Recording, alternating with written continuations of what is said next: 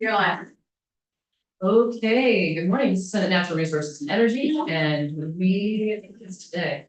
Today is May 14th, I believe. And we are starting this morning looking at a side-by-side version of S202 that we've gotten back from the House. And we're joined by our legislative council to walk us through this. And just as a heads up, we've got proposal of further amendments, so that I want us to look at. So that's what's coming. Okay, take it away. Ellen Tchaikovsky, Office of Legislative Counsel. Today, under my name, you have 4 documents related to S202. You have the House passed version, you have a summary, you have a side-by-side, and you have Senator Watson's proposal of further amendment. But I think we're going to start with the side-by-side, showing the differences between what you passed and what the House passed. And to remind you, this S202 was enacted relating to portable solar energy generation devices. The House has renamed that term to plug-in photovoltaic devices. And so the name of the bill will also change. They're so technical, that's the members. Not quite. Have portability to people. They are requiring that these things be securely installed, so less portable. Oh, good, okay, that seems good, actually. So the first change, in addition to the title, is that they struck the word movable. Oh, that's fair, okay. Yep. Also on page 1, D side by side, formerly portable.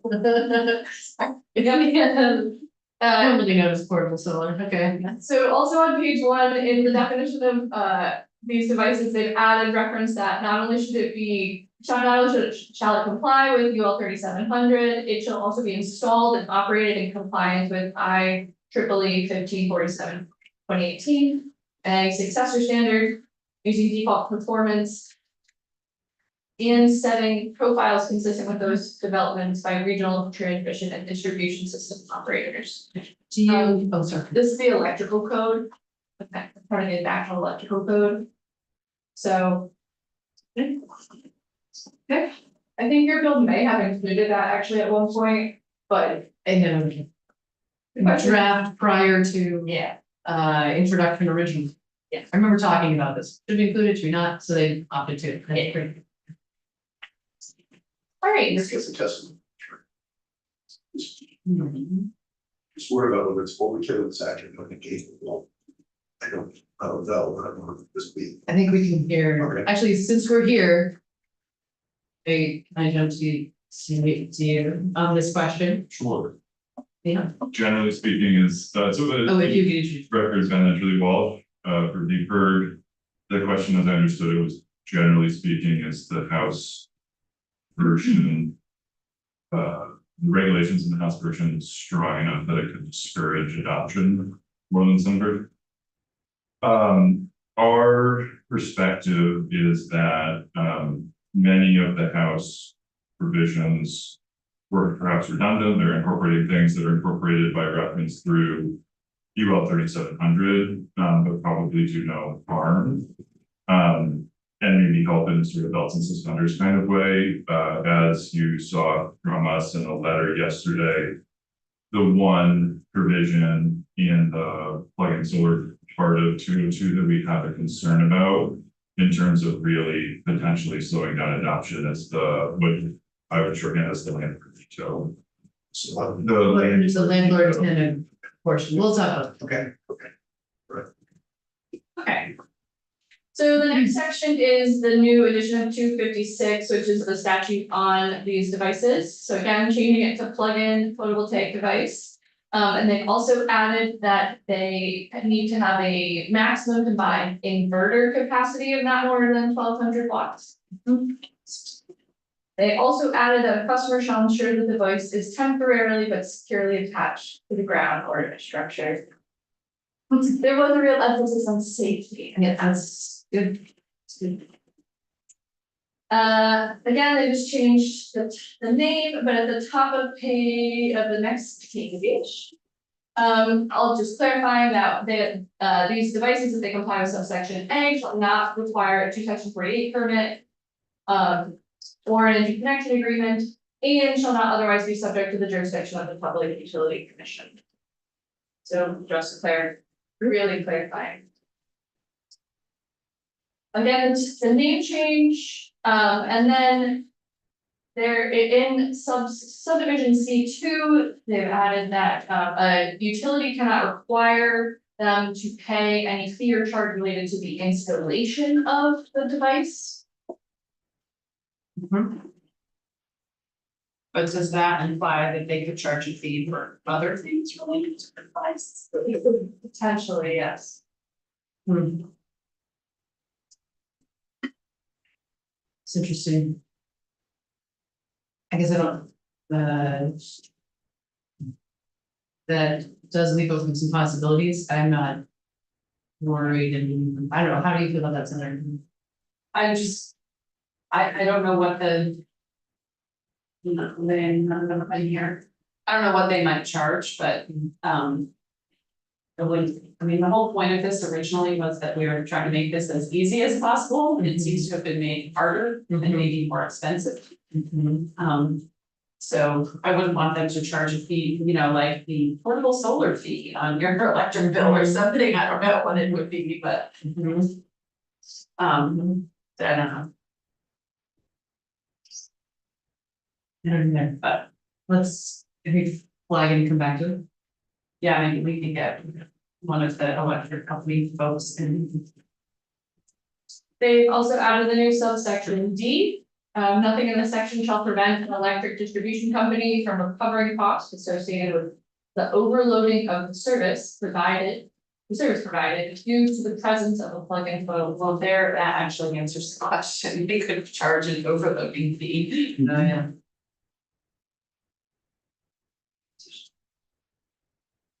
Subsection E. Has the name change again, and then the last sentence that goes on to the next page. Is that generation exported to the grid by a plug-in.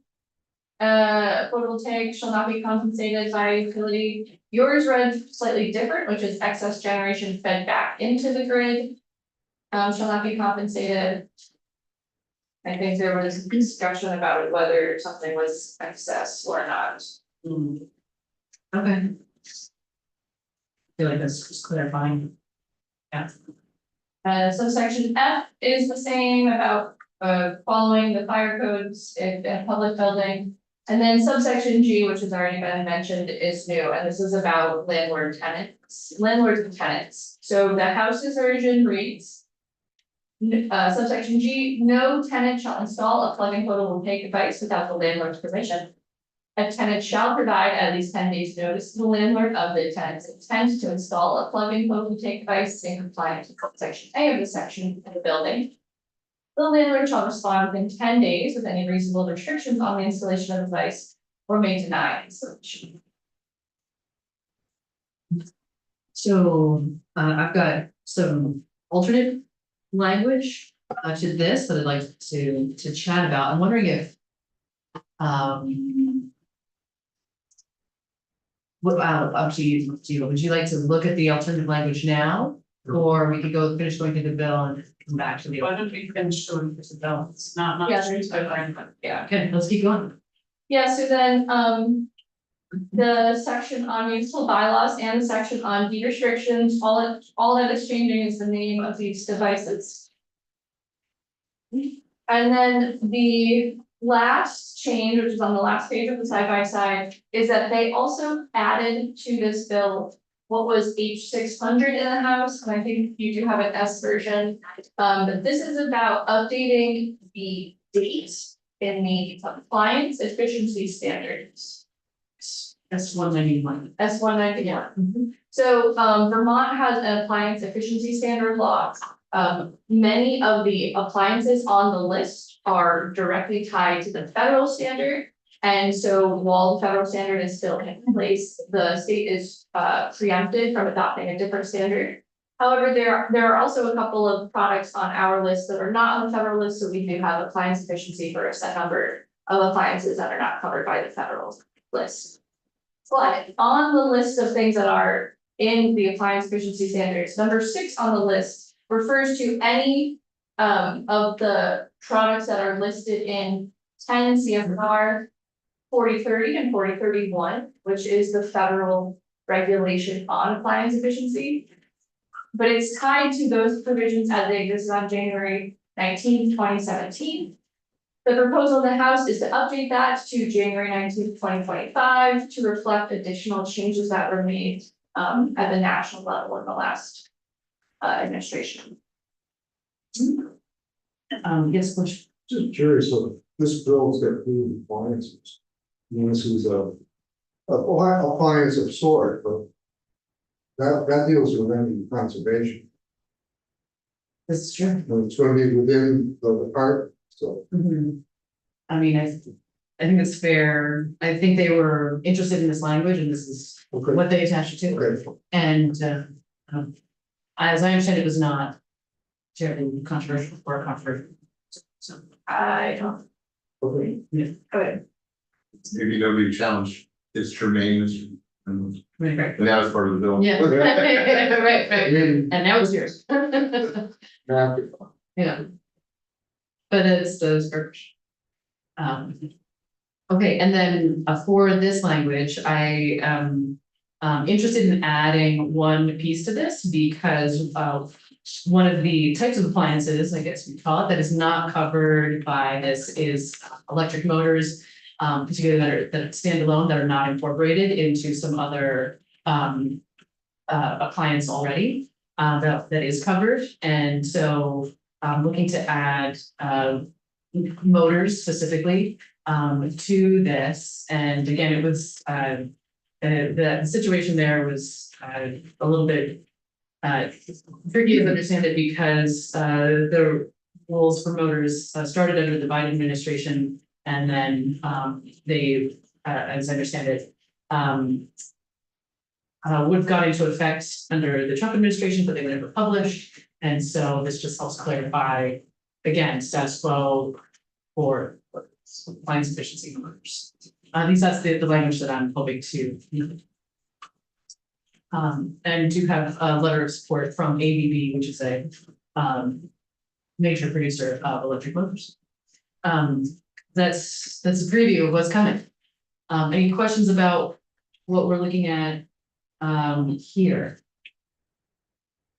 Yes, That's plus. the landlord tenant.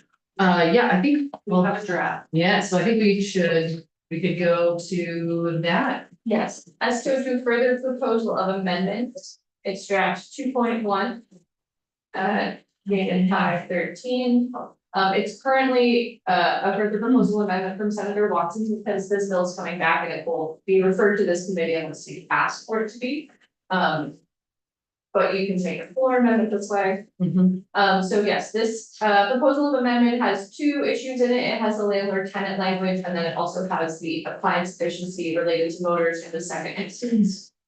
So draft 1.2, the first instance of amendment, amending 30 DSA 56 subsection G. So the first 2 sentences are what's already in the House version. A tenant shall provide at least 10 days notice to the landlord of the tenant's intent to install a plug-in photovoltaic device in compliance with subsection A of the section in the building. The landlord shall respond within 10 days with any reasonable restrictions on the installation device, including requiring the tenant to pay for any required electrical work and hiring a licensed electrician to do the work. If the landlord does not respond within 10 days, the tenant may proceed with installation. A tenant shall not perform or hire someone to perform electrical work on the premises for the installation of a plug-in photovoltaic device without the landlord's permission. The landlord should not be compelled to perform or pay for electrical work on the premises to allow the installation of a plug-in photovoltaic device. So the thought here is, like, we get that the landlord owns the building, they own the wiring, that is their domain, and if there is a need to rewire to make this possible, that you really can only do that with the landlord's permission, but wanted to keep the It's keep the possibility open that future technology may allow for no rewiring necessary, that's possible. And so that that would still be possible under this language, that should the technology advance, and you can just plug it in, that the landlord can't otherwise just say no. So that is the wiring. Any thoughts? It's gotta be it's gotta be done with the registered electricity. Says licensed, Like, licensed, it's in the draft, yeah. Yeah. So I'm just gonna find myself, because get concerned with this, that my understanding was that if the device that was sold had the requirements in the first page of the bill, you could plug it in. right. So Something it's about either this, safe or it's not. No, and if it is, then you don't wanna load up this thing. Yeah. Hard, but if it's not, that's a different question. So it sounds like, as a part of UL 3700, that it may require a dedicated circuit. Okay. And that's where some of the wiring comes in. It may even come with its own plug, so you might have to install a plug. Which is where the wiring comes in. that's all into the house. Was it was dependent upon the. Meeting. Correct. Meeting. US is that like there's. Okay, great. Any other thoughts or questions about this part? It's okay, yeah. Okay, thank you. And so moving on. Lead us through. So the second instance of amendment is amending that appliance efficiency language, and so as I just mentioned, this is the list in statute of the items that are on the Vermont appliance efficiency list. So number 2 is that they have to adopt the federal standards as under 10 CFR 4030 and 4031, as those provisions existed on January 15th, 19th, 2025. And on page 2, adding new language that says, and amended in a final rule entitled Energy Conservation Program, Energy Conservation Standards for Expanded Scope Electric Motors, signed on January 8th, 2025, excluding any motor incorporated into a product to which a federal conservation standard applies under 10 CFR 4030 and 4031. So there's been some complicated legal back and forth on the electric motor rule. And so this is trying to clearly incorporate it by including it as the final rule signed on January 8th, 2025. And the exclusion, what does the exclusion mean?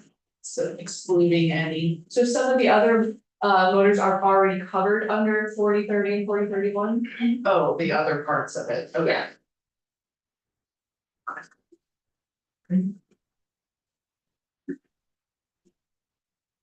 And you have. We have a letter on our, is that on our website? I was trying to find it. I think I forwarded it to Megan when and it's ABB.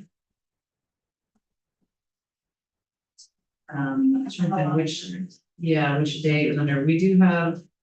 And it might have been for yesterday too. But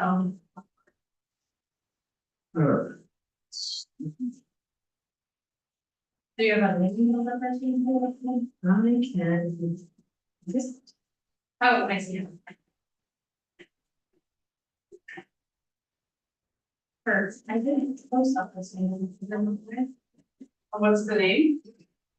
Third.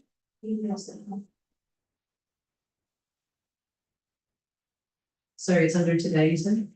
It should be. Oh, Kirk. Kirk. Public comment.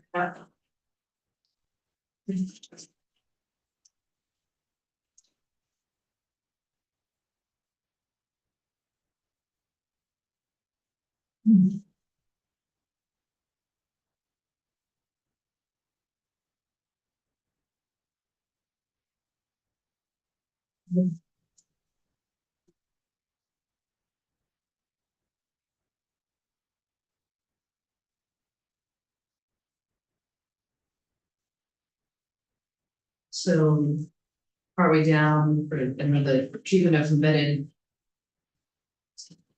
Oh, it's not coming up for you? Yeah, I've got it, it's. Under today. Yeah, I have it too, it's just not coming. Oh, It's just sitting, Oh, it's not, it works for me. go out and try. Oh, really? It opened for me as well, but.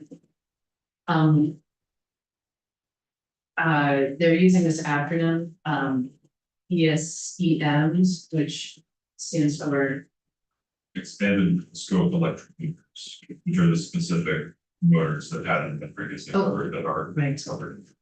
right, which is explicitly, it's like in the electric bill. Yes, Yes, expanded scope electric motors. So they do say in here, ABB would support including provision in state backstop language that adopts ESEM levels that were published, with an exception to applied to end products already covered by federal efficiency standards, which are ones that are already incorporated into the product.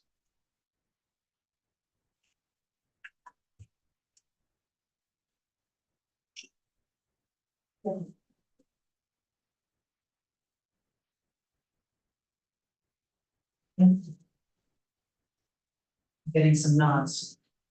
Seems to be. Okay. Great. Super, thank you. So what is the proper procedure here? You could straw poll, but you're offering the amendment yourself. Yeah. So you could straw poll, but if the bill is not formally coming back to this committee, Right. so. Okay, well then let's take a straw poll. But you Yes, can offer these as short amendments, something like. I think that is the plan.